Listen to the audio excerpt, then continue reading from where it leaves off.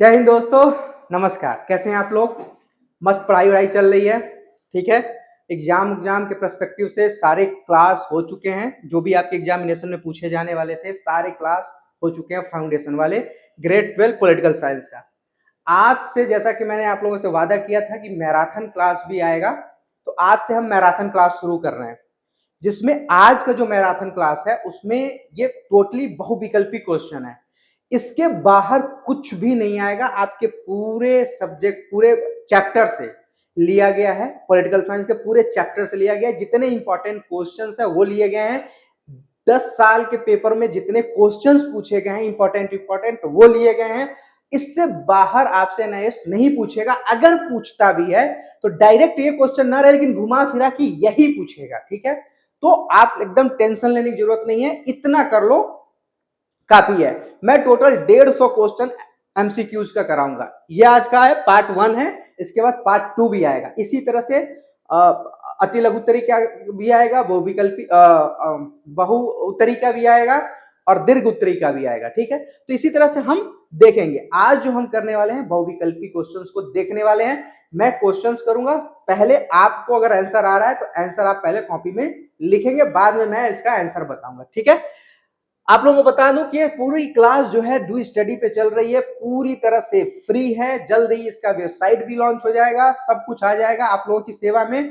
Tension लेने की कोई जरूरत नहीं है। डू स्टडी आप लोगों के साथ है। एनआईएस के बच्चों को कोई टेंशन नहीं लेना है। बेसिकली आर्ट्स में तो लेना ही नहीं है, बिकॉज हम लोग यहाँ पे हैं।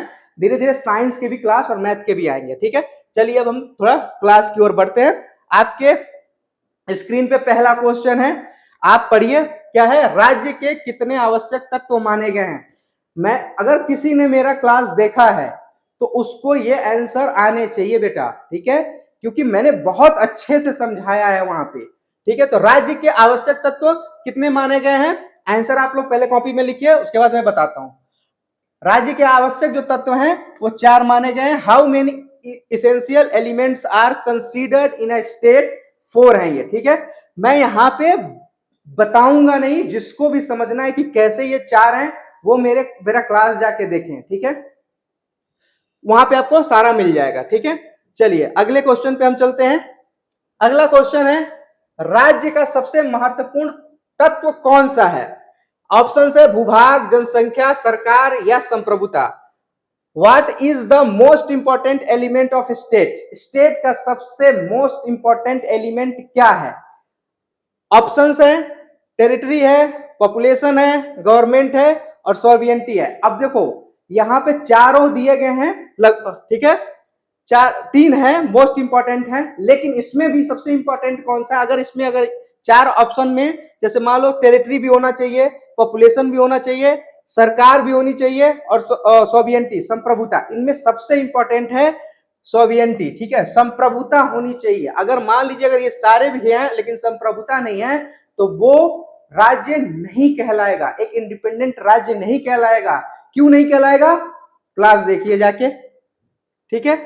आगे चलते हैं। अगला क्वेश्चन है, राज्य और सरकार में क्या अंतर है? ठीक है, what is the difference between state and government?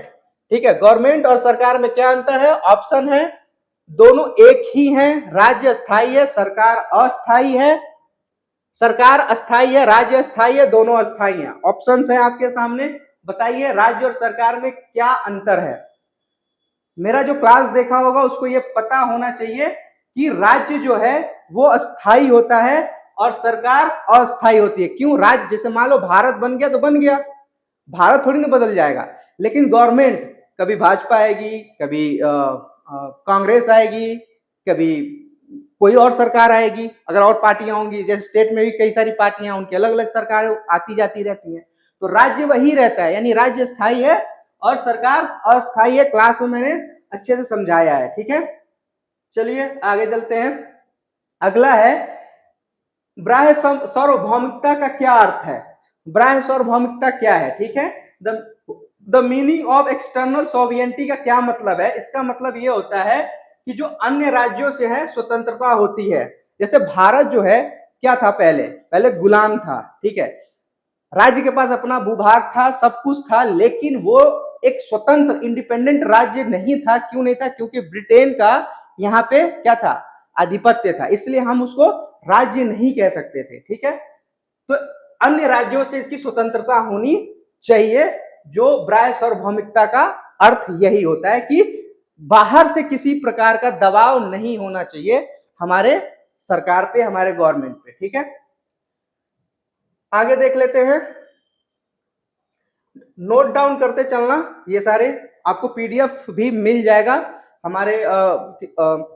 हमारे सोशल मीडिया प्लेटफॉर्म से। ठीक है, चलो अगला क्वेश्चन देख लो। पांचवा क्वेश्चन है, राज्य का कौन सा कार्य सामाजिक कार्य नहीं है? ऑप्शन है शिक्षा देना, स्वास्थ्य सुविधा, युद्ध करना और सामाजिक न्याय। इसमें से कौन सा? क्वेश्चन बहुत ध्यान से पढ़ना, नहीं तो गलत मार दोगे। क्वेश्चन क्या पूछ रहा है? राज्य का कौन सा कार्य सामाजिक कार्य नहीं है? ठीक है, which of the following is not a social function of the state? Providing education, health facility, ठीक है, वॉर और सोशल जस्टिस। इसमें से कौन सा काम राज्य नहीं करता है? किस रूप में? सामाजिक कार्य के रूप में। तो इसमें से अब शिक्षा देना क्या है? सामाजिक कार्य है। स्वास्थ्य सुविधा देना क्या है? सामाजिक कार्य है। ठीक है, युद्ध करना क्या सामाजिक कार्य है? नहीं है। ठीक है, यानी इसका सही ऑप्शन क्या होगा? युद्ध करना। ये राज्य का सामाजिक कार्य नहीं है। ठीक है, आगे चलते हैं। राज्य मनुष्य की नैतिक संस्था है, यह किसका कथन है? ये कई बार आपके पेपर में पूछा गया है। ठीक है, कई बार पूछा गया है, इसको थोड़ा सा ये इंपॉर्टेंट है। ठीक है, ये इंपॉर्टेंट है, थोड़ा इसको ध्यान से देखना। राज्य मनुष्य की नैतिक संस्था नहीं है, यह किसका कथन है? तो ये प्लेटो का, क्या ये प्लेटो का कथन है? क्या ये अरस्तु का कथन है? क्या ये रूसो का है या मैकियावेली का है? तो ये कथन जो है ये रूसो का है। ये सीधा सा, यहाँ कुछ समझना नहीं है, ये स्टेटमेंट है तो आपको याद रखना पड़ेगा ये। ठीक है, the state is a moral institution of man whose statement is this. ठीक है, एरिस्टोटल। ठीक है, नोट डाउन कर लो इसको। अगला क्वेश्चन है, निम्नलिखित में से कौन सा राज्य का आवश्यक तत्व नहीं है? इसमें से कौन सा आवश्यक तत्व नहीं है राज्य का? ठीक है, देखो क्वेश्चन को घुमा देगा, ऑप्शन थोड़ा बदल देगा। सरकार नहीं है, सार्वभौमिकता नहीं है, संविधान नहीं है या जनसंख्या नहीं है। क्वेश्चन देखना ध्यान से, निम्नलिखित में से कौन सा राज्य का आवश्यक तत्व नहीं है? तो आवश्यक तत्व क्या है इसमें? सरकार भी है, सार्वभौमिकता भी है, जनसंख्या भी है, संविधान नहीं है। ठीक है, राज्य के जो आवश्यक तत्व हैं इसमें ये तीनों तो होने चाहिए, लेकिन संविधान नहीं है। तो यहां पे पूछ रहा है नहीं है, तो राइट आंसर कौन सा हो जाएगा? आपका राइट आंसर हो जाएगा ये। ठीक है, राइट आंसर हो जाएगा संविधान। ठीक है, अगला क्वेश्चन देखते हैं। राज्य की सीमाएं बदल सकती हैं, ध्यान देना, यह भी कई बार पूछा गया है। राज्य की सीमाएं बदल सकती हैं, ठीक है, परंतु उसकी पहचान बनी रहती है। यह कथन किस सिद्धांत का समर्थन करता है? मतलब यह राज्य के किस सिद्धांत का समर्थन करता है? क्या यह यथार्थवादी सिद्धांत है? क्या यह विधिक संप्रभुता का सिद्धांत है? क्या यह नैतिक संप्रभुता का सिद्धांत है? या यह जनसत्ता का सिद्धांत है? तो ये बच्चों ये विधिक संप्रभुता का सिद्धांत है। मान लो भारत का भौगोलिक क्षेत्र बढ़ जाए चाहे घट जाए, ठीक है, तो क्या उसके संप्रभुता में, जो विधिक संप्रभुता है, उसमें भी कुछ बदलाव होगा? नहीं होगा।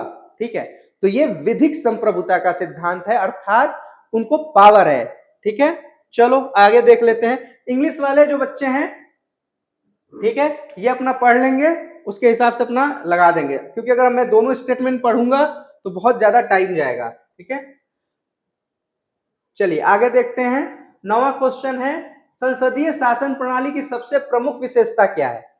आप लोगों ने हमारा पार्लियामेंट वाला क्लास अगर देखा है पार्लियामेंट का, ठीक है, कि पार्लियामेंट कैसे काम करता है, संसद में, लोकसभा में कैसे चुनाव होता है, राज्यसभा में कैसे चुनाव होता है, कार्यपालिका क्या है, ये सारे अगर आपने फाउंडेशन वाला बैच किया है ना ढंग से, जो यूट्यूब पे पड़ा हुआ है, फ्री ऑफ कॉस्ट पड़ा हुआ है, जिस बच्चों ने देखा होगा उनको इसका आंसर आना चाहिए। जितना मैंने यहाँ लिया है सारा पढ़ाया हुआ है मेरे क्लास में, ठीक है, तो ये आना चाहिए। संसदीय शासन प्रणाली की सबसे प्रमुख विशेषता क्या है? पार्लियामेंट्री गवर्नमेंट का सबसे मेन फीचर, सबसे important feature, most important feature क्या है? क्या वो शक्तियों का पृथकीकरण पे है? क्या वह कार्यपालिका का विधायिका के प्रति उत्तरदायित्व है? क्या वह राष्ट्रपति का सर्वोच्च होना है? क्या यह न्यायपालिका की स्वतंत्रता है? क्या इसकी सबसे प्रमुख विशेषता है? तो बच्चों सबसे प्रमुख विशेषता है कार्यपालिका का विधायिका के प्रति उत्तरदायी होना, ठीक है। इसमें जो संसदीय प्रणाली है इसमें क्या होता है कि जो कार्यपालिका है, ठीक है, जो एग्जीक्यूटिव है वो किसके पे वो डिपेंडेंट होती हैं? जो responsibility of the executive to the legislature, जो हमारा विधिक बना रहा है, जो संसद है, जो प्रधानमंत्री हैं, शाह जी हैं, ये किसके प्रति उत्तरदायी हैं? संसद के प्रति उत्तरदायी है। संसद क्या है? विधायिका है, ठीक है। संसद क्या है? विधायिका है, जहां कानून बनता है और उसको इंप्लीमेंट कौन करता है? कार्यपालिका। और कार्यपालिका से क्वेश्चन करने का अधिकार किसको है? विधायिका को है, ठीक है। तो यानी कार्यपालिका जो है किसके प्रति उत्तरदायी हो गई? विधायिका के प्रति। तो संसदीय शासन प्रणाली की सबसे मुख्य विशेषता में से एक विशेषता जो है यही है, ठीक है। समझ गए? चलो आगे चलते हैं। अगला क्वेश्चन है 10th, राष्ट्रपति प्रणाली में कौन सा कथन सही है? राष्ट्रपति प्रणाली में कौन सा कथन सही है? ऑप्शन पढ़ते हैं। राष्ट्रपति संसद का सदस्य होता है। क्या होता है राष्ट्रपति? राष्ट्रपति पढ़े हो हमारा क्लास, देखे हो आप लोग? अगर देखे हो तो आंसर दो। राष्ट्रपति संसद का सदस्य होता है, राष्ट्रपति संसद के प्रति उत्तरदायी होता है, राष्ट्रपति स्वतंत्र कार्यपालिका का प्रमुख होता है, राष्ट्रपति केवल नाम मात्र का प्रमुख होता है। Which statement is correct in the presidential system? The president is a member of the parliament. The president is accountable to the parliament. The president is the head of an independent executive. The president is merely a nominal head. क्या सही है? राष्ट्रपति प्रणाली, राष्ट्रपति प्रणाली की बात कर रहा है, भारत की बात नहीं कर रहा है। बोल रहा है कि राष्ट्रपति प्रणाली में जो है कौन सा कथन सही है। अब राष्ट्रपति, अब सबसे पहले समझने के लिए तुमको देखना पड़ेगा कि राष्ट्रपति प्रणाली अपनाई कहां गई है। तो ये अपनाई गई है अमेरिका में। अब अमेरिका में राष्ट्रपति जो है क्या नाम मात्र का है? भारत में तो चलो राष्ट्रपति नाम मात्र का है, क्योंकि सारा पावर किसके पास है? प्रधानमंत्री, कार्यपालिका के पास है, प्रधानमंत्री के पास है। बिना प्रधानमंत्री के सलाह मशवरा के राष्ट्रपति कोई एक्शन नहीं ले सकता। लेकिन क्या प्रेसिडेंशियल सिस्टम जैसे अमेरिका में है, वहां भी क्या इतना नाम मात्र का ही है वहां का राष्ट्रपति? तो प्रेसिडेंशियल, जैसा कि नाम से है कि प्रेसिडेंशियल सिस्टम है, जहां पे वहां पे जो राष्ट्रपति है वो स्वतंत्र कार्यपालिका का प्रमुख होता है, ठीक है। The president is the head of an independent executive, ये इसका आंसर होगा। आप क्लास देखो, वहां समझ में आ जाएगा ऐसा क्यों होता है, ठीक है। अगला क्वेश्चन देखते हैं। संविधान सर्वोच्च कानून क्यों माना जाता है? आप भारत के संविधान को सर्वोच्च कानून क्यों मानते हो? ठीक है, ऑप्शन है क्यों? क्योंकि यह नागरिकों द्वारा बनाया गया है। क्या इसको नागरिकों ने बनाया है? क्योंकि यह सरकार की शक्तियों को सीमित करता है। क्या यह सरकार की शक्ति को सीमित करता है? क्योंकि यह धार्मिक ग्रंथ है। क्या यह कोई धार्मिक ग्रंथ है? क्योंकि यह केवल विधानमंडल के लिए है। इसमें से क्या लगता है आपको, कौन सा ऑप्शन सही होना चाहिए? अब थोड़ा सा एनालिसिस करो। क्योंकि यह नागरिकों द्वारा बनाया, क्या इसको नागरिकों ने बनाया? सभी नागरिक मिलकर बनाए हैं? नहीं। क्यों? क्योंकि नागरिकों के चुने हुए प्रतिनिधियों के द्वारा ये बना है। अगर यहाँ पे ये ऑप्शन होता तो ये सही होता, क्योंकि यह सरकार की शक्तियों को सीमित करता है। क्या यह सरकार की शक्ति को सीमित करता है? थोड़ा सा ध्यान दो, अगर आपने मौलिक अधिकार वाला मेरा चैप्टर पढ़ा होगा तो वहां समझ में आएगा कि संविधान जो है वो सरकार की शक्ति को सीमित करता है। कहां करता है? जब आप मूल अधिकार के बारे में पढ़ेंगे तो वहां पे मूल अधिकार जो है वो क्यों दिया गया है संविधान में? इसीलिए दिया गया है कि अगर राज्य भी आपके अधिकार का हनन कर रहा तो वो उसको सीमित करेगा, सरकार की शक्ति को भी सीमित करेगा। ठीक है, तो यहाँ पे जो ऑप्शन है ये दूसरा नंबर का सही हो जाएगा, ऑप्शन बी सही हो जाएगा, ऑप्शन ख सही हो जाएगा। ठीक है, क्योंकि ये सरकार की शक्तियों को क्या करता है, सीमित करता है। सरकार संविधान के खिलाफ जाकर कोई काम नहीं कर सकता, अर्थात सरकार की शक्ति सीमित हो रही है। ठीक है, आगे चलते हैं। अब ये थोड़ा सा इंपॉर्टेंट क्वेश्चन है, पूंजीवादी अर्थव्यवस्था निम्नलिखित में से किसके साथ निकटता से जुड़ी हुई है? पूंजीवादी व्यवस्था जो कैपिटलिस्ट इकोनॉमी है, ठीक है, वो किससे नजदीकी से जुड़ी हुई है? क्या वो मार्क्सवाद से जुड़ी हुई है, क्या वो समाजवाद से जुड़ी हुई है, क्या वो साम्यवाद से जुड़ी हुई है, क्या यह उदारवाद से जुड़ी हुई है? ऑप्शन में आपको क्या लगता है? मार्क्सवाद क्या पूंजीवाद की बात करता है? पूंजीवादी अर्थव्यवस्था की नहीं बात करता है, वो किसकी बात करता है? समाजवादी अर्थव्यवस्था की या साम्यवादी अर्थव्यवस्था की बात करता है। तो यानी मार्क्सवाद तो नहीं हो सकता। अब समाजवाद किससे जुड़ा हुआ है? अभी मैंने बताया समाजवाद और साम्यवाद मार्क्सवाद से जुड़ा हुआ है, तो अर्थात ये बच गया उदारवाद, लिबरलिज्म। तो लिबरलिज्म जो है वो बात करता है पूंजीवादी अर्थव्यवस्था की, कैपिटलिस्ट इकोनॉमी की बात करता है लिबरलिज्म। ठीक है, डी नंबर सही है। अगला देखते हैं।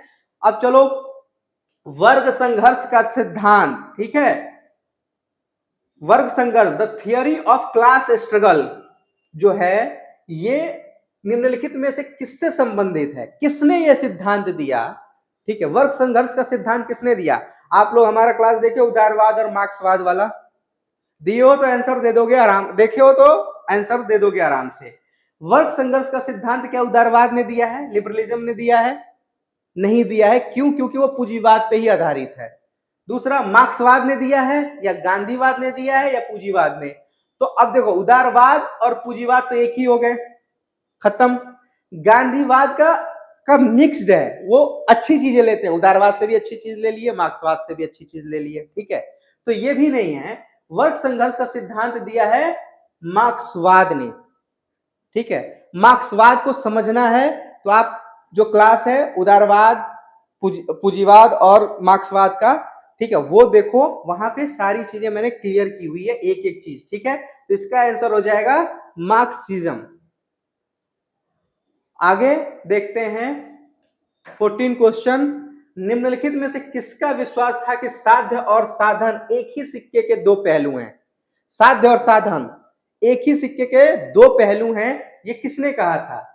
कार्ल मार्क्स ने कहा था? नहीं, कार्ल मार्क्स ने नहीं कहा था, क्योंकि वो वर्ग संघर्ष की बात कर रहा है, तो नैतिकता की तो बात ही नहीं करेगा, साध्य और साधन की बात ही नहीं करेगा। ठीक है, लास्की ने भी नहीं कहा था। ठीक है, ये कहा था महात्मा गांधी ने, जिन्होंने महात्मा गांधी के विचारों के बारे में पढ़ा होगा, उस पर भी मैंने क्लास ली है। देखो, उदारवाद, मार्क्सवाद और गांधीवाद ये तीनों एक ही चैप्टर में है, तीनों को मैंने वहां समझाया हुआ है। उसमें ही ये महात्मा गांधी कहते हैं कि साध्य और साधन एक ही सिक्के के दो पहलू हैं, अर्थात आपके साध्य जैसे हैं उसी हिसाब से आपको साधन भी लेना पड़ेगा। अगर आपके साधन गलत हैं तो आप कभी भी साध्य तक नहीं पहुंच सकते। जैसे मान लीजिए, मैंने एग्जांपल भी दिया कि अगर आप क्लास में टॉप करना चाहते हैं तो टॉप करने के लिए क्या करना पड़ेगा? दिन रात सोओगे तो टॉप तो कर नहीं पाओगे, उसके लिए आपको कड़ी मेहनत करनी पड़ेगी। डू स्टडी पे जो क्लास है वो देखनी पड़ेगी। ठीक है, राम सर चाहे शुभम सर जो भी पढ़ा रहे हैं वो पढ़ना पड़ेगा, नोट्स बनाने पड़ेंगे, तब तो आप क्लास टॉप कर पाएंगे, तब जीवन में आप कुछ आगे कर पाएंगे। अर्थात साध्य से ज्यादा इंपॉर्टेंट साधन हो जाता है। साधन अच्छे होने चाहिए अपने साध्य को पाने के लिए। ठीक है, ये था विश्वास महात्मा गांधी का, तो करेक्ट आंसर हो जाएगा महात्मा गांधी ने ये बात कही थी। ठीक है, 15वां क्वेश्चन है, निम्नलिखित में से कौन सा कथन सरकार के बारे में गलत है? इंपॉर्टेंट, देखो जब भी क्वेश्चन पढ़ो तो हड़बड़ाना नहीं है, क्वेश्चन बड़े ध्यान से पढ़ना है, क्या पूछ रहा है। निम्नलिखित में से कौन सा कथन सरकार के बारे में गलत है? ठीक है, गलत पूछ रहा है। तो यह राज्य का एक तत्व है, बिल्कुल है। ठीक है, यह कानून बनाने के लिए जिम्मेवार है। आपके लिए कानून कौन बनाता है? सरकार ही बनाती है, जिम्मेवार है। ये भी गलत हो जाएगा, ये भी ऑप्शन के लिए गलत है, क्योंकि ये सरकार का क्या है? सही है, सरकार के बारे में जो कह रहा है ये सही है। ठीक है, इसको संविधान से शक्तियां प्राप्त होती है, बिल्कुल मिलती है संविधान से शक्ति इसको, ठीक है। लेकिन ये पूछ रहा है सरकार के बारे में गलत, ये नहीं पूछ रहा कि कौन सा सही है, पूछ रहा है गलत कथन कौन सा है। तो मतलब ऑप्शन का ये भी नहीं होगा क्योंकि सही बात है। यह अस्थाई होती है। क्या सरकार अस्थाई होती है? सरकार अस्थाई नहीं होती है, राज्य अस्थाई होता है, सरकार अस्थाई नहीं होती है। सरकार बदलती रहती है। अर्थात सरकार के बारे में जो कथन गलत कहा गया है वो ये है, तो आपके ऑप्शन में ये सही हो जाएगा। देखो ऐसे घुमा के क्वेश्चन पूछेगा, आप कंफ्यूज हो जाओगे, अरे ये क्या पूछ दिया। क्वेश्चन बड़े ध्यान से देखना है कि सरकार के बारे में गलत कथन कौन सा है, ये पूछ रहा है यहाँ पे। आप हड़बड़ी में कुछ भी मार के आ जाते हो, तो कथन ये देखना पड़ेगा आपको। यहाँ पे क्या है, आपका क्लियर होना चाहिए फंडा, आपके माइंड में बिल्कुल सेट होना चाहिए कि ये जो यह राज्य का एक तत्व है, तो बिल्कुल सही है क्योंकि तत्व है। कानून बनाता कौन है? सरकार ही बनाती है हमारे कानून। कौन देता है ये अधिकार बनाने का? तो संविधान देता है। लेकिन यह अस्थाई नहीं होती है। क्यों नहीं अस्थाई होती है? क्यों? क्योंकि सरकार बदलती रहती है। हर 5 साल में आप वोट देने जाते हो, सरकार बदल जाती है। ठीक है, क्लियर है आपको? तो क्वेश्चन बड़े ध्यान से पढ़ना है आप लोगों को। ठीक है, चलो अगला देखते हैं, आगे देखते हैं। 44वें संविधान संशोधन अधिनियम के द्वारा किस मौलिक अधिकार को मौलिक अधिकार की सूची से हटा दिया गया? किस मौलिक अधिकार को सूची से हटाया गया? जब हमारा संविधान बना था तो हमारे संविधान में आपको पता है कि हमारे मौलिक अधिकार कितने थे? 7 मौलिक अधिकार थे। लेकिन आज के संविधान में वर्तमान में हमारे पास सिर्फ 6 मौलिक अधिकार हैं, 6 मौलिक अधिकार हैं। 6 मौलिक अधिकार में से वो कौन 7वां जो मौलिक अधिकार था वो कौन सा था जिसे हटा दिया था 44वें संविधान संशोधन करके? ये क्वेश्चन कई बार पूछा है आपके एग्जामिनेशन में, इसलिए बड़े ध्यान से देखो। क्या वो शिक्षा का अधिकार है? शिक्षा का अधिकार आपका मौलिक अधिकार है, ठीक है, इसको नहीं हटाया गया है, ठीक है, और इसको बाद में जोड़ा गया है। ये भी हम देखेंगे आगे कि कब जोड़ा गया है, ये ऑप्शन में आएगा, इसलिए मैं यहां नहीं बताऊंगा। संपत्ति का अधिकार, स्वतंत्रता का अधिकार या धार्मिक स्वतंत्रता का अधिकार, किसको हटाया गया है? तो आप देखोगे कि स्वतंत्रता का अधिकार संविधान में है अभी, धार्मिक स्वतंत्रता का अधिकार भी संविधान में है। अगर नहीं होता तो हम जो अलग अलग संप्रदाय, अलग अलग धर्म के लोग हैं, वो अपने अपने धर्म का अनुपालन कर ही नहीं पाते। यानी संपत्ति के अधिकार को हटाया गया था 44वें संविधान संशोधन के जरिए। अब जिसने भी फंडामेंटल राइट्स के हमारे क्लास को देखा होगा वो बिल्कुल क्लियर होगा कि संपत्ति के अधिकार को क्यों हटाया था मौलिक अधिकार में से, क्यों हटाया गया था। ये अगर जानना है तो आपको क्लास देखना पड़ेगा। यहां सिर्फ मैं इतना ही बताऊंगा। आगे देखते हैं। स्वतंत्रता के अधिकार के अंतर्गत भारतीय संविधान में स्वतंत्रता के अधिकार के अंतर्गत भारतीय संविधान ने कितनी स्वतंत्रताओं की गारंटी दी है? ये भी मैंने अपनी क्लास में बड़े अच्छे से डिटेल में बताया है, ठीक है। तो आप जिसने क्लास ली है उसको पता होना चाहिए कि इसमें से कितनी स्वतंत्रताएं। अब ये मत समझना कि मौलिक अधिकार के बारे में पूछ रहा है। मौलिक अधिकार में जो स्वतंत्रता दिया गया है, स्वतंत्रता का अधिकार दिया गया है, राइट टू फ्रीडम दिया गया है, राइट टू फ्रीडम के तहत कितने अधिकार दिए गए हैं? तो क्या वो 5 अधिकार दिए गए हैं, क्या वो 6 अधिकार दिए गए हैं, क्या वो 7 अधिकार दिए गए हैं, या 8 अधिकार दिया गया है? तो मैं यहां पे बता देता हूं, अगर आपको पता नहीं है तो ये 6 अधिकार हमारे राइट टू फ्रीडम के अंतर्गत आते हैं, ठीक है, जिसमें भ्रमण का है, घूमने फिरने का है, आवास बनाने का है, सभा करने का है, ठीक है, जुलूस निकालने का है। ये सारे जो अधिकार हैं ये हमारे स्वतंत्रता के अधिकार के अंतर्गत आते हैं, ठीक है। और डिटेल में जानना है तो आप क्लास को दोबारा देख सकते हैं, आपका और कॉन्सेप्ट क्लियर हो जाएगा। अब 18वां क्वेश्चन एक बार देख लेते हैं। भारतीय संविधान में शक्तियों के विभाजन के लिए संवर्तीय सूची, जो वहां पे संवर्तीय सूची, देखो 3 तरह की सूची दी गई है संविधान में। एक दिया गया केंद्रीय सूची, राज्य सूची और संवर्तीय सूची। केंद्रीय सूची पे कौन बना सकता है कानून? हमारे केंद्र सरकार यानी संसद बना सकती है। राज्य सूची पे जो दिया गया है, जितने आर्टिकल्स हैं, मतलब जितने सूची में जितने पॉइंट्स हैं, उस पे जो बना सकता है वो राज्य बना सकता है। संवर्तीय सूची में जितने हैं उस पे दोनों बना सकते हैं, राज्य भी बना सकता है और संसद भी बना सकता है, केंद्र सरकार भी बना सकता है। लेकिन अगर राज्य और केंद्र के बीच में कॉन्ट्राडिक्शन होता है तो इस कॉन्ट्राडिक्शन में जो केंद्र द्वारा बनाई गई कानून को मान्यता मिलेगी और राज्य द्वारा जो कानून बनाई गई है वो इनवैलिड हो जाएगा। कॉन्सेप्ट क्लियर है?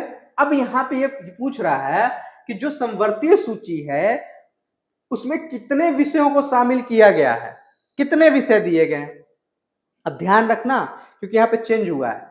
97 विषय हैं। क्या 97 विषय हैं?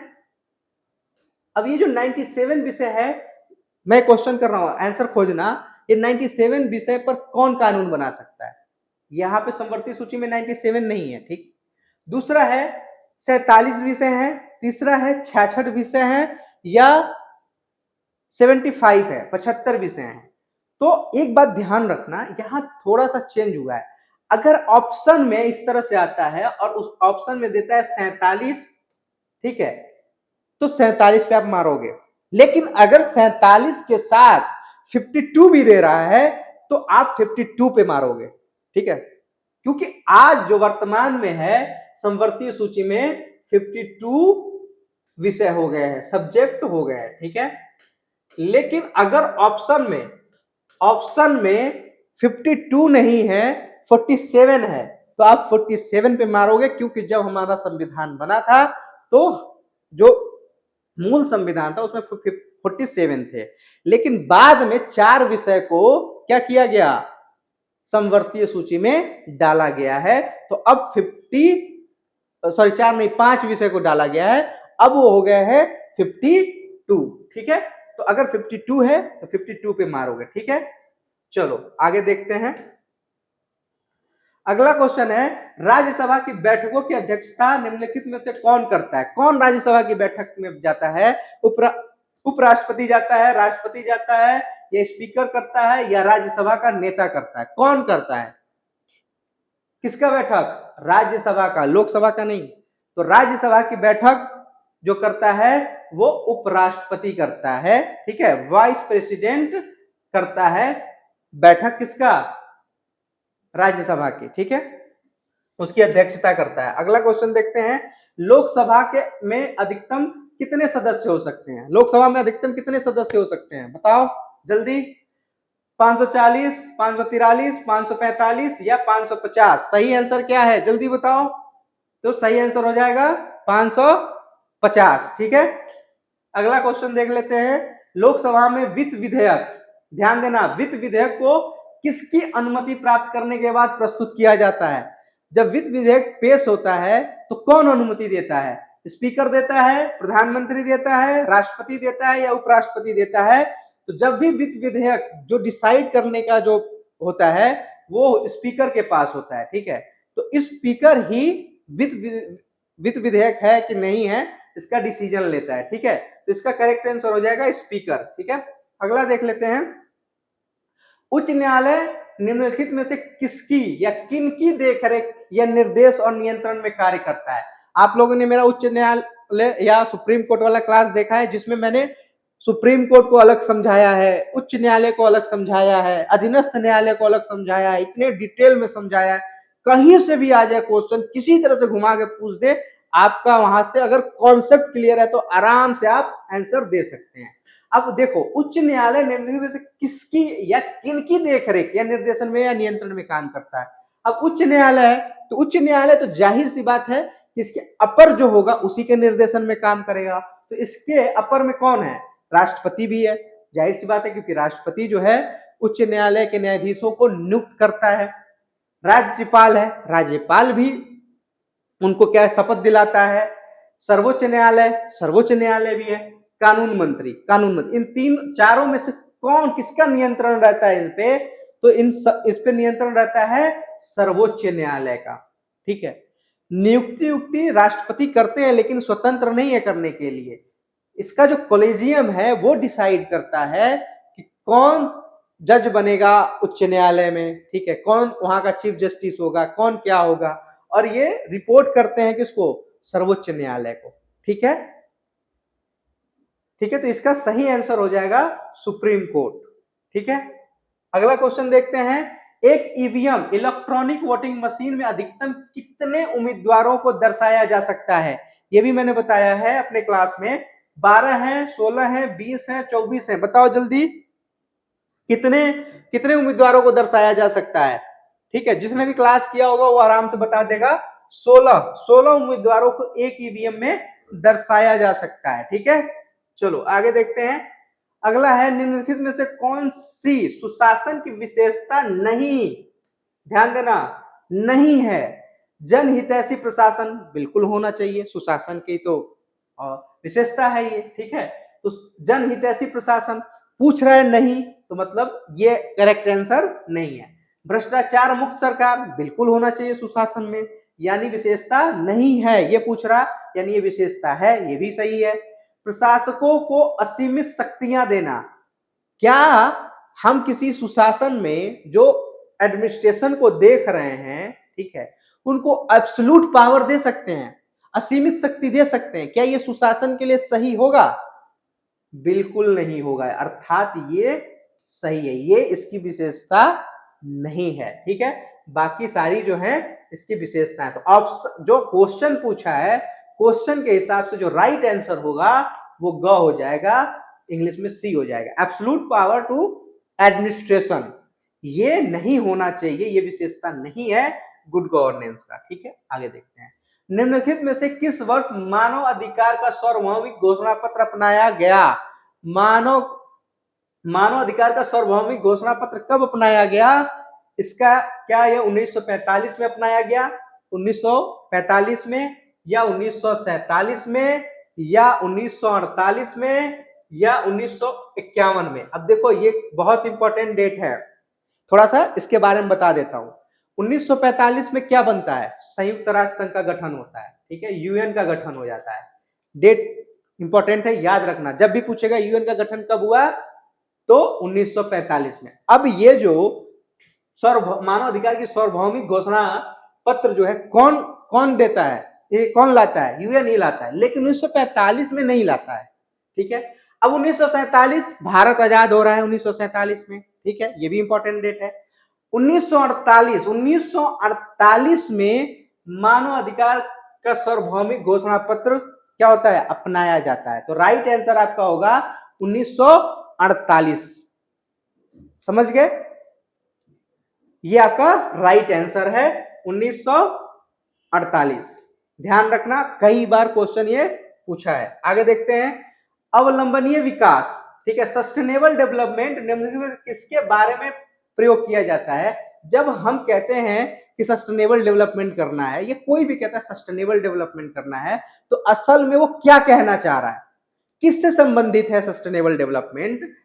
ठीक है, क्या वो विकास से संबंधित है, क्या वो डेवलपमेंट से संबंधित है, क्या वो शिक्षा से संबंधित है, क्या वो एजुकेशन से संबंधित है, क्या वो कृषि, क्या वो फार्मिंग से, एग्रीकल्चर से संबंधित है, या पर्यावरण इन्वायरमेंट से संबंधित है?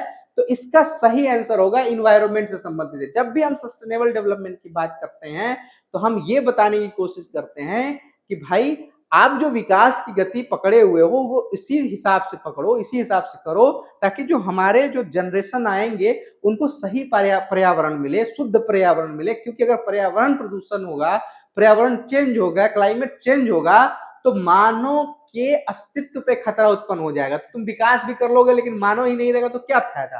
तो कहने का मतलब है कि जब भी सस्टेनेबल डेवलपमेंट की बात कही जाएगी उसमें इन्वायरमेंट की ही बात होगी। ठीक है, तो इसका मतलब है कि अवलंबनीय विकास जो है इन्वायरमेंट से संबंधित है। अब देखते हैं, वन जीव संरक्षण के लिए भारत में कितने राष्ट्रीय पार्क हैं? क्या वो 107 हैं, 95 हैं, 80 हैं, या 75 हैं? ठीक है, पहले 75 था, ठीक है, लेकिन अब जो है 107 हो गए हैं। तो अगर मान लो 107 अगर ऑप्शन में नहीं आता है आपके और 75 है तो आप 75 में मारोगे, लेकिन अगर अपडेटेड 107 दे देता है तो 107 पे आप टिक मारोगे। ये फैक्चुअल है, इसको याद करना पड़ेगा, इसका कोई ट्रिक है नहीं। ठीक है, तो 107 है, ठीक है, वर्तमान में। चलो आगे चलते हैं। अगला क्वेश्चन है, कौन सा एक उपनिवेश रंग भेद का शिकार था? रंग भेद यानी जो कलर है, कलर भेद का। ठीक है, कि आपकी कलर क्या है, ब्लैक है, व्हाइट है, किस तरह की है, इस तरह का जो भेद होता था वो किस देश में होता था? क्या वो दक्षिण अफ्रीका में होता था, क्या वो चीन में होता था, क्या वो म्यांमार में होता था, या श्रीलंका में होता था? जिसने भी क्लास देखी है, हमारी संयुक्त राष्ट्र संघ की क्लास देखी है पार्ट 2, उसमें मैंने बताया है, ठीक है, कि दक्षिण अफ्रीका में होता था रंग भेद का, जिसकी वजह से संयुक्त राष्ट्र संघ जो है उस पर बैन भी लगाया था। किस पे बैन लगाया था? खेलों पे बैन लगाया था, व्यापार पे बैन लगाया था, अस्त्रों पे बैन लगाया था कि कोई भी देश उसके साथ किसी भी प्रकार का कोई भी संबंध नहीं रखेगा। ये सुरक्षा परिषद के द्वारा लिया गया निर्णय था, ठीक है, क्योंकि वहां पे रंग भेद बहुत ही चरम सीमा पे थी, ठीक है, तो इसलिए वहां पे ये यूएन ने ये एक्शन लिया था दक्षिण अफ्रीका के खिलाफ, ठीक है। आगे चलते हैं। किसी देश की सशस्त्र सेना 1950 में दक्षिण कोरिया में घुस गई थी। किस देश की सशस्त्र सेना 1950 में दक्षिण कोरिया में घुस गई थी और वापस जाने से इनकार कर दिया था? ये कौन सी सेना थी? तो दक्षिण अफ्रीका की थी, चीन की थी, उत्तर कोरिया की थी और श्रीलंका की थी। किसकी थी? तो जो 1950 में उत्तर कोरिया, जिसके शासक इस समय किम जोंग है, ठीक है, जो एक तरह से तानाशाही शासक हैं, ठीक है, उनकी नजदीकी चीन से बहुत ज्यादा है। उन्होंने क्या किया था, उनके मतलब उनके जो दादा लोग थे जो पहले उस समय शासन कर रहे थे, वो 1950 में क्या किए थे, कोरिया में क्या किए थे, दक्षिण कोरिया में घुस गए थे, आक्रमण कर दिए थे, ठीक है, और वहां से जाने से मना कर दिए थे। तो इसका सही उत्तर हो जाएगा उत्तर कोरिया। चलो आगे चलते हैं। अगला क्वेश्चन है, सरकार के निम्नलिखित अंगों में से कौन सा अंग कानून लागू करता है? अब ध्यान देना, लागू करना, इंप्लीमेंट करने की बात कर रहा है, बनाने की बात नहीं कर रहा, इंप्लीमेंटेशन की बात कर रहा है। क्या वो न्यायपालिका करता है कानून को लागू? क्या वो कार्यपालिका करती है कानून को लागू? क्या वो विधायिका करती है कानून को लागू, या उपरोक्त सभी करते हैं? तो कानून को लागू न्यायपालिका क्या करती है? ये देखरेख करती है कि क्या जो कानून है वो टूटा है, अगर टूटा है तो उस पर वो जजमेंट देगी, सजा देने का काम करेगी। कोई भी कानून टूटता है या कोई उस कानून का वायलेशन करता है तो सजा देने का काम कौन करता है? न्यायपालिका करती है, ठीक है। विधायिका क्या करती है? विधायिका कोई भी कानून बनाने का काम करती है, तो लागू करने का काम नहीं करती, सिर्फ बनाने का काम करती है, तो ये भी नहीं है, ठीक है। अब अगर ये दोनों नहीं है तो उपरोक्त सभी तो हो नहीं सकते, ठीक है, तो बचा कार्यपालिका। कार्यपालिका जो है सरकार के निम्नलिखित अंगों में से कौन सा अंग, मतलब कानून बनाने का, कानून लागू करने का काम करती है, तो वो है कार्यपालिका अर्थात एग्जीक्यूटिव, ठीक है। चलिए अगला क्वेश्चन देखते हैं। निम्नलिखित वाक्य को किसी एक विकल्प की सहायता से सही पूरा कीजिए। राज्य क्या है? राज्य एक राजनीति का अवधारणा है, आर्थिक अवधारणा है, सामाजिक अवधारणा है, या सांस्कृतिक अवधारणा है? तो राजनीति का अवधारणा है, सिंपल है, इसमें कुछ दिमाग लगाने की जरूरत नहीं है, ठीक है। चलिए आगे देखते हैं। निम्नलिखित में से कौन मार्क्सवाद का एक दार्शनिक है? इसमें से कौन मार्क्सवाद का दार्शनिक है भाई? क्या वो हेराल्ड लास्की है? नहीं है। महात्मा गांधी? नहीं है। क्वेरनर? नहीं है। Frederick angels? फ्रेडरिक एंजल्स जो है, ठीक है, फ्रेडरिक एंजल्स मार्क्सवाद के दार्शनिक हैं, ठीक है। इसका राइट आंसर हो जाएगा फ्रेडरिक एंजल्स, ठीक है। अगला क्वेश्चन देख लेते हैं। जैसा साधन होंगे वैसे ही साध्य होगा, इस कथन पर किसका विश्वास था? देखो थोड़ा सा क्वेश्चन बदल दिया, जैसा साधन होंगे वैसे ही साध्य होंगे, किसका कथन होगा? मैंने पीछे डिस्कस किया, बताओ, हेराल्ड लास्की का है, महात्मा गांधी का है, फ्रेडरिक एंजल्स का है, या क्वेरनर का है? तो ये महात्मा गांधी का है स्टेटमेंट है, ठीक है, पीछे भी मैंने बताया इसके बारे में, ठीक है। आगे देख लेते हैं। 86वें संविधान संशोधन किस अधिकार से संबंधित है? 86वें संविधान संशोधन के में किस अधिकार को दिया गया था? तो इसमें क्या संपत्ति के अधिकार को दिया गया था, शिक्षा के अधिकार को दिया गया था, धर्म का अधिकार दिया गया था, या समानता का अधिकार दिया गया था? तो बच्चों यहाँ पर जो है 86वें संविधान संशोधन के जरिए शिक्षा का अधिकार दिया गया था, शिक्षा को कंपलसरी किया गया था। जो नीति निर्देशक सिद्धांत में हमारा था उसको कहां लाया गया था? मूल अधिकार में लाया गया था, ठीक है। अब ठीक है, यहाँ डिटेल नहीं बताऊंगा, क्लास देख लो। निम्नलिखित में से कौन सा कथन पंचशील की सही व्याख्या करता है? पंचशील क्या है? पंचशील के बारे में आप जानते हो? क्लास तो देखे नहीं होगे तो जानोगे कहां से? क्लास देखे हो तो जो देखा होगा जानता होगा। पंचशील जो है भारत और चीन के बीच में एक समझौता हुआ था, ठीक है।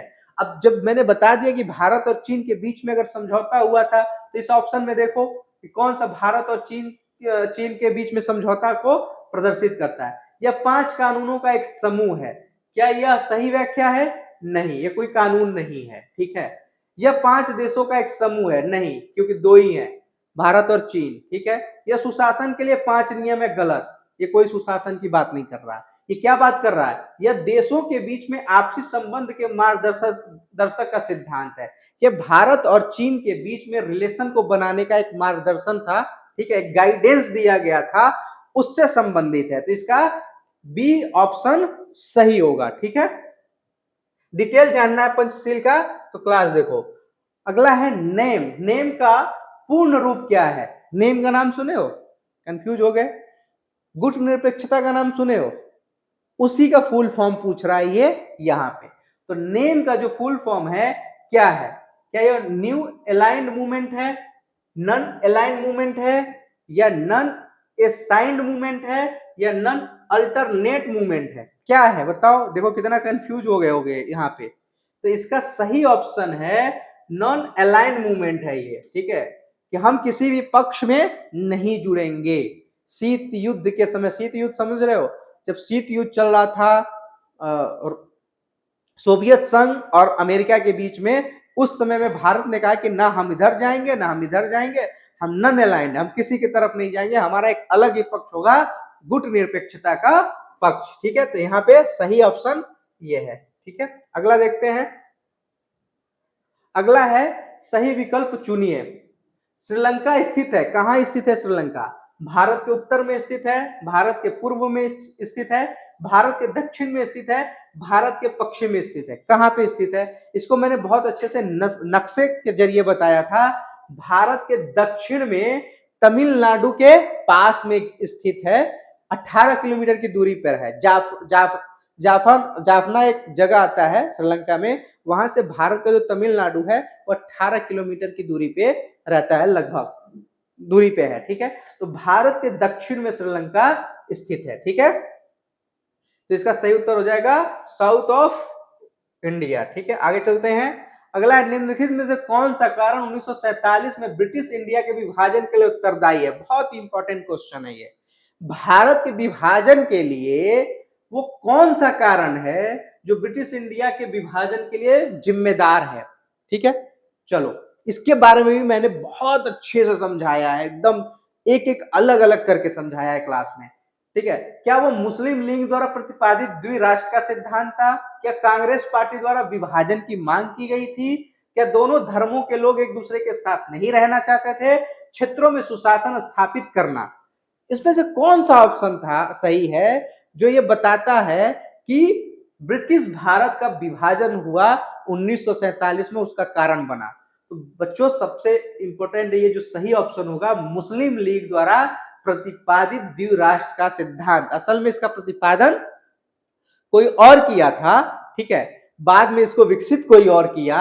और द्विराष्ट्र के मुस्लिम लीग तो बाद में 1906 में बनती है, 1906 में इसको आगे आकर जब जिन्ना इसके सर्वे सर्वा बनते हैं, तब ये क्या करते हैं, एक अलग राज्य की मांग कर देते हैं पाकिस्तान का धर्म के हिसाब से। अब द्विराष्ट्र का सिद्धांत क्या है, अगर ये समझना है तो आपको हमारा क्लास देखना पड़ेगा जाकर। पाकिस्तान का जो हम सेकेंड पार्ट पढ़ाए हैं, ठीक है, उसमें आपको देखना पड़ेगा।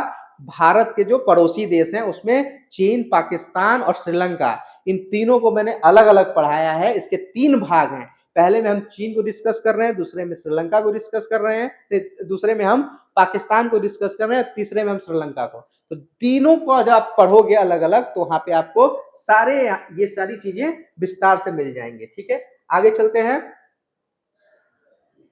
अगला क्वेश्चन है, निम्नलिखित में से कौन सा विवाद भारत और चीन के बीच का विवाद नहीं है?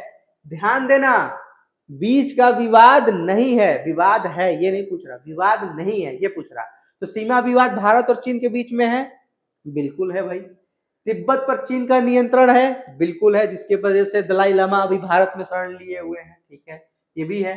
भारत की गुटनिरपेक्ष नीति 1962 में चीन द्वारा भारतीय क्षेत्र पर कब्जा, बिल्कुल है, लेकिन इसमें से भारत की गुट निरपेक्षता की नीति को लेकर कोई विवाद है नहीं है, ये तो अलग ही सेगमेंट है, ठीक है। तो सही ऑप्शन हो जाएगा भारत की गुट निरपेक्षता की जो नीति है, ये इसका राइट आंसर होगा। बाकी तो सारे विवाद भारत और चीन के बीच में है, ठीक है।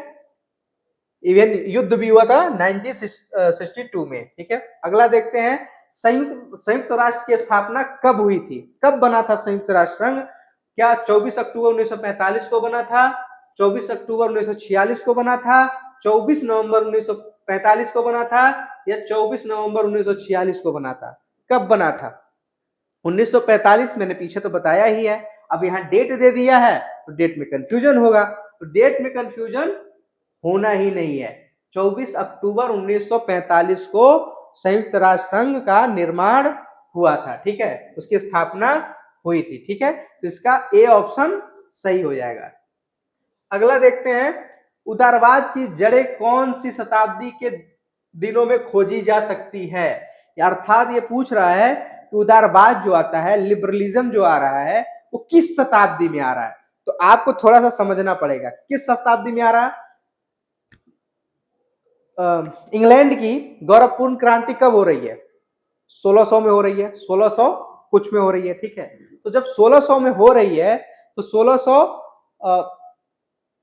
हो रही है, तो 1600 जब देखो शताब्दी कैसे बनता है, जैसे मान लो अगर 1500 चल रहा है, 1556 चल रहा है, तो इसका मतलब ये है कि ये 16वीं शताब्दी चल रही है, ठीक है। इसी तरह से अगर 1600, ठीक है, 1600 की ईस्वी चल रही है, मतलब 1626 चल रही है, 1656 चल रही है, जो भी चल रही है, अर्थात ये 17वीं शताब्दी चल रही है। तो जब गौरवपूर्ण क्रांति हो रही है इंग्लैंड में, तो वो 1600 के बाद हो रही है, यानी 17वीं शताब्दी में चल रही है। और 17वीं शताब्दी में ही जो थिंकर हैं, जैसे लॉक हैं, रूसो हैं, ठीक है, ये लोग आ रहे हैं, और ये लोग क्या हैं? उदारवादी थिंकर हैं, उदारवादी दार्शनिक हैं, ठीक है। तो आपका सही जो आंसर हो जाएगा वो 17वीं शताब्दी हो जाएगा, ठीक है। अगला क्वेश्चन देखते हैं, निम्नलिखित में से किसकी गांधीवाद वकालत नहीं करता है?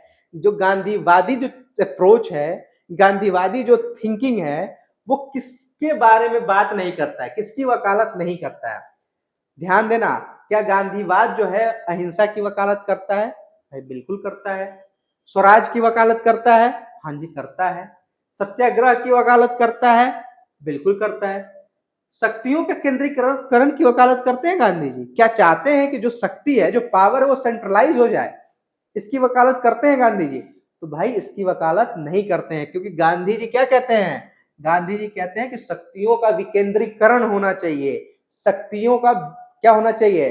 डिसेंट्रलाइजेशन होना चाहिए। तो यहाँ पे गांधीवाद जो है वो शक्तियों के केंद्रीकरण का वकालत नहीं करता है, ये राइट आंसर हो जाएगा, ठीक है। तो ये डिसेंट्रलाइजेशन की बात करता है। चलिए आगे चलते हैं, संविधान में मौलिक अधिकार किस अनुच्छेद से किस अनुच्छेद तक के उल्लेख है? संविधान में मौलिक अधिकार को कहा, किस अनुच्छेद से किस अनुच्छेद तक बताया गया है?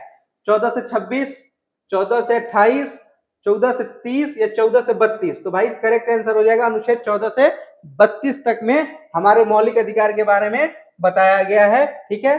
अगला क्वेश्चन देखते हैं, निम्नलिखित में से कौन सा अधिकार मौलिक अधिकार नहीं है? मौलिक अधिकार नहीं है। समानता का अधिकार मौलिक अधिकार है? बिल्कुल है। धार्मिक स्वतंत्रता का अधिकार मौलिक अधिकार है? बिल्कुल है। स्वतंत्रता का अधिकार बिल्कुल मौलिक अधिकार है। क्या भोजन का अधिकार मौलिक अधिकार है? नहीं। अगर भोजन का मौलिक अधिकार हो जाएगा तो हर भूखा आदमी जाके सुप्रीम कोर्ट में क्या करेगा? केस कर देगा कि चलो हमको खाना नहीं मिला, बताओ ये मेरी मौलिक अधिकार है, मेरा हनन हो गया है, सुप्रीम कोर्ट पगला जाएगा, ठीक है। तो भोजन का जो अधिकार है वो हमारे मौलिक अधिकार में नहीं आता है। राइट टू फूड जो है ये हमारा मौलिक अधिकार नहीं है। अगला क्वेश्चन देखते हैं, निम्नलिखित में कौन सी स्वतंत्रता को भारतीय संविधान द्वारा नहीं दिया गया है? ठीक है, निम्नलिखित में से कौन सी स्वतंत्रता को भारतीय संविधान द्वारा नहीं दिया गया है? क्वेश्चन ध्यान से देखना, नहीं दिया गया है। अभिव्यक्ति की स्वतंत्रता दिया गया है, बिल्कुल दिया गया है। बिना हथियारों के शांतिपूर्ण सभा करने की स्वतंत्रता बिल्कुल दिया गया है। असीमित संपत्ति रखने की स्वतंत्रता दिया गया है, नहीं दिया गया है। अर्थात ये सही होगा, क्योंकि संपत्ति के अधिकार को संविधान क्या किया है, मूल अधिकार में था, लेकिन संविधान संशोधन के जरिए 44वां संविधान संशोधन होता है और उसमें संपत्ति के अधिकार को क्या कर दिया गया, खत्म कर दिया गया। यानी असीमित संपत्ति रखने की स्वतंत्रता आपको नहीं है, ठीक है। जब चाहेगी सरकार ले सकती है, उसका राष्ट्रीयकरण कर सकती है, ठीक है। तो इसका सी ऑप्शन सही हो जाएगा। अगला क्वेश्चन है, पंचायतों में महिलाओं के लिए 1/3 सीटों का आरक्षण किस संवैधानिक संशोधन के अंतर्गत किया गया था? किस संवैधानिक संशोधन के अंतर्गत 1/3 जो सीट है वो महिलाओं के लिए आरक्षित किया गया था? पंचायतों में जो ग्राम प्रधान का चुनाव होता है उसमें, पंचायत सदस्य का चुनाव होता है उसमें, या जिला परिषद का चुनाव होता है उसमें 1/3 सीट को आरक्षित किया गया है किस संविधान संशोधन के जरिए? तो यहां आ जाएगा 73वें संविधान संशोधन के जरिए ये व्यवस्था की गई है, ठीक है। अगला क्वेश्चन देखते हैं, किस संवैधानिक संशोधन के द्वारा 14 वर्ष के बच्चों के लिए निःशुल्क शिक्षा और अनिवार्य शिक्षा को मौलिक अधिकार बनाया गया है? 86वें, 87वें, 88 या 89 में? तो इसका सही आंसर है 86 में किया गया था, 2002 में यह संशोधन हुआ था, ठीक है। ध्यान रखना इस बात को, ठीक है। अगला क्वेश्चन देखते हैं। अगला क्वेश्चन है, केंद्र और राज्य के बीच शक्तियों के विभाजन के अनुसार संघीय सूची में कितने विषय को शामिल किया गया है? ठीक है, 95, 96, 97, 98। सीधा सा मैंने पीछे भी बताया है 97 विषय को यहाँ पे दिया गया है हमारे केंद्र को, ठीक है। अगला क्वेश्चन है, भारत के राष्ट्रपति पद के लिए आवश्यक न्यूनतम आयु कितनी होनी चाहिए? आप कितने साल के रहोगे कि राष्ट्रपति का चुनाव लड़ सकते हो? 21 वर्ष में लड़ सकते हो? नहीं। 25 वर्ष में? नहीं। 25 वर्ष में आप सांसद का चुनाव लड़ सकते हो। 21 वर्ष में, ठीक है, 25 वर्ष में आप सांसद का चुनाव लड़ सकते हो। 30 वर्ष या 35 वर्ष? तो यहाँ पे करेक्ट आंसर है 35 वर्ष। 35 वर्ष कम से कम आपकी आयु होनी चाहिए, तब आप राष्ट्रपति पद के लिए चुनाव लड़ सकते हो, ठीक है। अगला है, भारत के राष्ट्रपति को निम्नलिखित में से कौन अपदस्थ कर सकता है? मतलब उसके पद को हटा सकता है, उसको अपने पद से हटा सकता है। कौन हटा सकता है? भाई भारत का राष्ट्रपति है, उसको हटाने की शक्ति किसके पास है? जबकि भारत का प्रथम नागरिक है। लेकिन भारत के संविधान में इसकी भी व्यवस्था की गई है, अगर राष्ट्रपति पगला जाए, पागल हो जाए, मानसिक संतुलन खो दे, ठीक है, उसकी तो कौन हटाएगा उसको? या संविधान के खिलाफ काम करने लगे तो कौन हटा सकता है? हो सकता है भाई, ठीक है। तो इसके लिए क्या वो भारत का सर्वोच्च न्यायालय राष्ट्रपति को हटा सकता है? नहीं हटा सकता। केवल लोकसभा हटा सकती है? नहीं हटा सकती। केवल लोकसभा नहीं हटा सकती। केवल राज्यसभा नहीं हटा सकती। लोकसभा और राज्यसभा दोनों द्वारा संयुक्त रूप से ये दोनों मिलकर हटा सकती हैं, महाअभियोग लाकर हटा सकती हैं। और महाअभियोग किसी भी एक सदन में लाया जा सकता है, लेकिन जिस सदन में लाया गया है उसमें पास होने के बाद उसे दूसरे सदन में भी पास होना अनिवार्य है। और जब दोनों सदन से पास हो जाता है बिल, जो भी ये महाभियोग लाया गया वो पास हो जाता है, तो राष्ट्रपति को अपने पद से हटना पड़ता है। इसका मतलब दोनों मिलकर हटा सकते हैं, एक नहीं हटा सकता, ठीक है। भारतीय सशस्त्र सेना का मुख्य सेनापति कौन है? बताओ भाई, भारतीय सेना, सशस्त्र सेना का मुख्य सेनापति कौन है? Supreme commander of Indian armed force कौन है? भारत का राष्ट्रपति है, भारत का प्रधानमंत्री है, भारत का रक्षा मंत्री है, थल सेना अध्यक्ष है। तो भारत का जो सुप्रीम कमांडर है तीनों सेनाओं का, वो राष्ट्रपति है। राष्ट्रपति सुप्रीम कमांडर है, ठीक है। अगला क्वेश्चन है, भारत के प्रधानमंत्री को कौन नियुक्त करता है? भारत का राष्ट्रपति, भारत का प्रधानमंत्री, भारत का रक्षा मंत्री या थल सेना अध्यक्ष? तो भारत को शपथ कौन दिलाता है? भारत का राष्ट्रपति। मोदी जी को शपथ कौन दिलाए? भारत के राष्ट्रपति दिलाए। तो इसलिए द प्रेसिडेंट ऑफ इंडिया, हालांकि वो चुनाव के माध्यम से आते हैं, फिर लीडर अपने जो पार्टी जीतती है उसका लीडर चुने जाते हैं और उसके बाद वो राष्ट्रपति उनको उसका शपथ दिलाती है। तो बेसिकली भारत के राष्ट्रपति ही उनको नियुक्त करते हैं, अपॉइंटमेंट की बात कर रहा है, ठीक है। अगला है राज्यसभा के सदस्यों की अधिकतम स्वीकार्य संख्या कितनी है? राज्यसभा में अधिकतम कितनी संख्या हो सकती है? सारे क्वेश्चन आए हुए हैं कभी ना कभी। 200, 225, 250 या 275? तो राइट आंसर है, जो भी क्लास किया होगा उसको पता होगा, 250 जो है इसका राइट आंसर है। अगला क्वेश्चन देखते हैं। अगला क्वेश्चन है, निम्नलिखित में से किसके पास लोकसभा को भंग करने की शक्ति है? भाई कौन लोकसभा को भंग कर सकता है? किसके पास है ये शक्ति? क्या ये लोकसभा अध्यक्ष के पास है? नहीं। भारत के प्रधानमंत्री ये कर सकता है, लेकिन बेसिकली इसके पास सिर्फ सलाह देने का अधिकार है कि भाई आप भंग कर दो। भारत का उपराष्ट्रपति कर ही नहीं सकता, क्योंकि वो राज्यसभा का पदेन सभापति है, ठीक है, तो उसका कुछ लेना देना लोकसभा से है नहीं। भारत का राष्ट्रपति बेसिकली लोकसभा को भंग करता है, लेकिन सलाह किसकी होगी? प्रधानमंत्री और मंत्रिमंडल के सलाह पर ही क्या कर सकता है? भारत का राष्ट्रपति लोकसभा को भंग कर सकता है। तो भारत का राष्ट्रपति ही है, मतलब अनाउंसमेंट भारत का राष्ट्रपति ही करता है, तो इसलिए इसका राइट आंसर होगा द प्रेसिडेंट ऑफ इंडिया। अगला है, निम्नलिखित में से कौन सी पंचायती राज की एक संस्था नहीं है? ग्राम सभा पंचायती राज की क्या है? बिल्कुल संस्था है। पंचायत समिति बिल्कुल है। जिला परिषद बिल्कुल है। नगर पालिका जो है पंचायती राज का नहीं है, ये तो अर्बन का है, ठीक है, नगर का है। नगर की एक नगर पालिका आती है, ठीक है।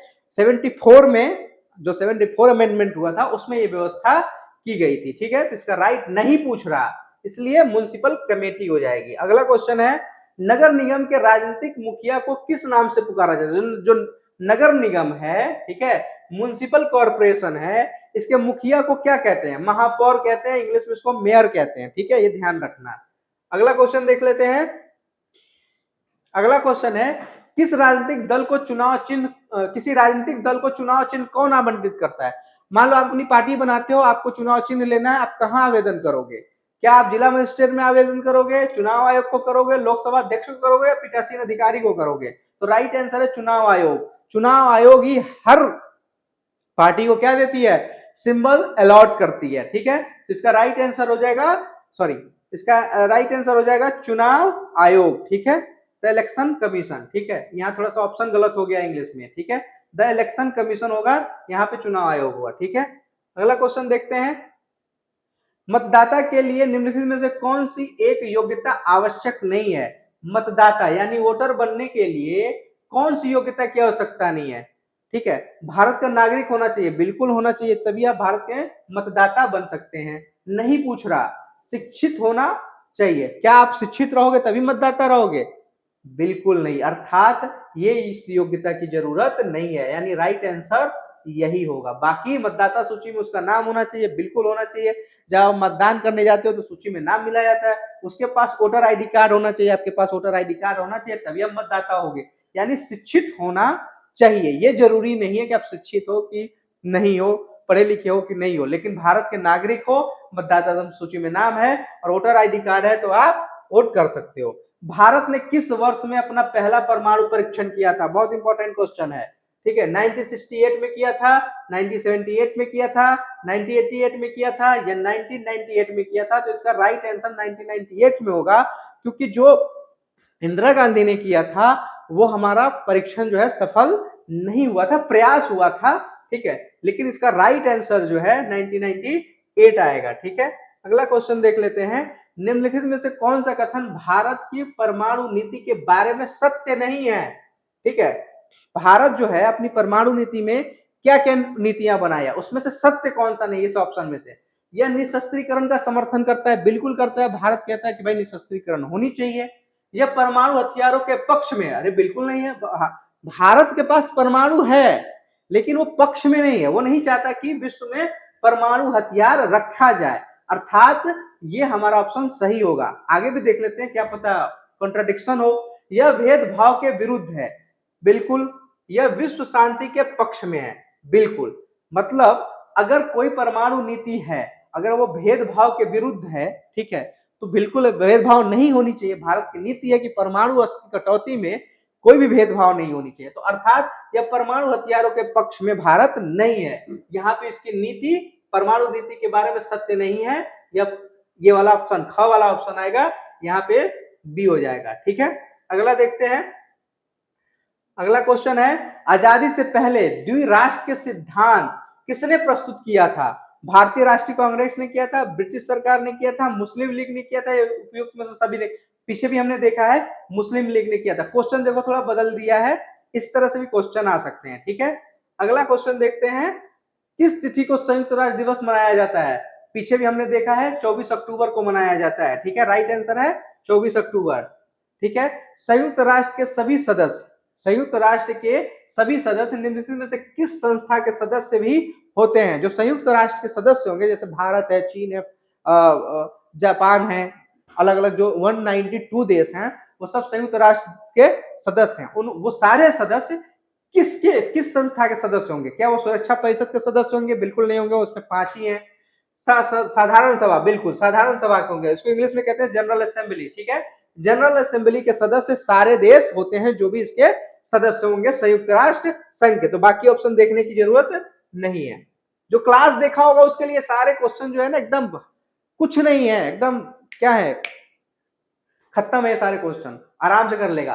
संघ लोक सेवा आयोग के सदस्यों एवं अध्यक्षों को कौन नियुक्त करता है? भाई संघ लोक सेवा आयोग, ठीक है। संघ लोक सेवा आयोग के जो अध्यक्ष है उसको नियुक्त कौन करेगा? भारत का राष्ट्रपति करेगा, भारत का उपराष्ट्रपति करेगा, भारत का प्रधानमंत्री करेगा, या भारत का सर्वोच्च न्यायालय करेगा? तो भाई नियुक्त करने का अधिकार भारत के राष्ट्रपति को है। नियुक्ति पत्र भारत का राष्ट्रपति भेजता है, सलाह भले भारत के प्रधानमंत्री देते हैं, लेकिन पावर जो है, अपॉइंटमेंट का पावर है, वो भारत के राष्ट्रपति के पास है, ठीक है। सही आंसर यही भारत के राष्ट्रपति होगा, ठीक है। संघ लोक सेवा आयोग के सदस्यों के लिए पद पर बने रहने के लिए अधिकतम आयु कितनी होनी चाहिए? कितनी निश्चित की गई है, ठीक है। वो अपने पद पर कब तक रह सकता है? 55 वर्ष तक, 60 वर्ष तक, 65 वर्ष तक, या 70 वर्ष तक? इसका सही आंसर है 65 वर्ष तक। ये थोड़ा सा याद करने के लिए है, इसको याद रखो, ये क्वेश्चन में पूछ देता है आपके, ठीक है। अगला क्वेश्चन है, निम्नलिखित कथन में से कौन सा कथन राजनीतिक कार्यकारिणी के संबंध में सत्य है? राजनीतिक कार्यकारिणी, ठीक है, इसमें केवल राजनीतिक लोग सम्मिलित होते हैं, इसमें राजनीतिक दल तथा राजनीतिक लोग दोनों सम्मिलित होते हैं। यह एक अस्थायी संस्था है, यह भारत के राष्ट्रपति द्वारा मनोनीत होती है। क्या पूछ रहा है? राजनीतिक कार्यकारिणी के संबंध में सही पूछ रहा है, सत्य क्या है? तो बिल्कुल यह एक अस्थायी संस्था है। क्यों है? क्योंकि ये सरकार है। कार्यकारिणी के बारे में पूछ रहा है, एक्सिक्यूटिव के पास बारे में पूछ रहा है, कार्यपालिका के बारे में पूछ रहा है। तो जैसे ही लोकसभा भंग होगी, कार्यपालिका भी भंग हो जाएगी। तो ये हो गया अस्थायी संस्था, यानी ये अस्थायी संस्था है, ये सही है, ठीक है। चलो अगला क्वेश्चन देखते हैं। चलो आज की क्लास में इतना ही, ठीक है। आज की क्लास में हमने 67 क्वेश्चन को, बहुत ही इंपॉर्टेंट क्वेश्चन को देखा है। आपके एग्जामिनेशन में पूछा जाता है। लगभग 20 क्वेश्चन आपके कैसे होते हैं? इसी तरह के होते हैं, बहुविकल्पी टाइप के होते हैं। हर जो क्वेश्चन होता है 1 नंबर का होता है। तो अगर हम 100-150 क्वेश्चन आपके पूरे चैप्टर से देख लेते हैं तो जाहिर सी बात है कि आपके सारे जो हैं कवर हो जाएंगे, ठीक है। चलिए, तो इसके साथ ही अगले क्लास में हम पार्ट 2 में मिलेंगे। तब तक के लिए जय हिंद, जय भारत, नमस्ते।